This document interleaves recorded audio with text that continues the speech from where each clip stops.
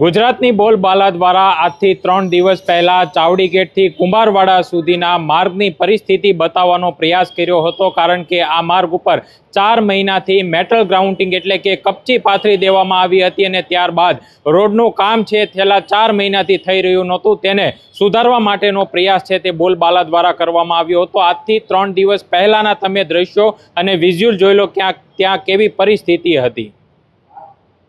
તો આ હતા 3 દિવસ પહેલાના વિઝ્યુઅલ અને પરિસ્થિતિ કે જ્યાં ખાલી મેટલ ગ્રાઉન્ડિંગ પાથરી અને જે મહાનગરપાલિકાનું રોડ વિભાગ છે તેમને સંતોષ માની લીધો હતો, પરંતુ અમારા દ્વારા જ્યારે અત્યારે આજે ન્યૂઝનો અહેવાલ પ્રસિદ્ધ કરાયાના 3 દિવસ બાદ હવે તમે જોઈ શકો છો કે અહીં ડામર રોડનું કામ છે તે શરૂ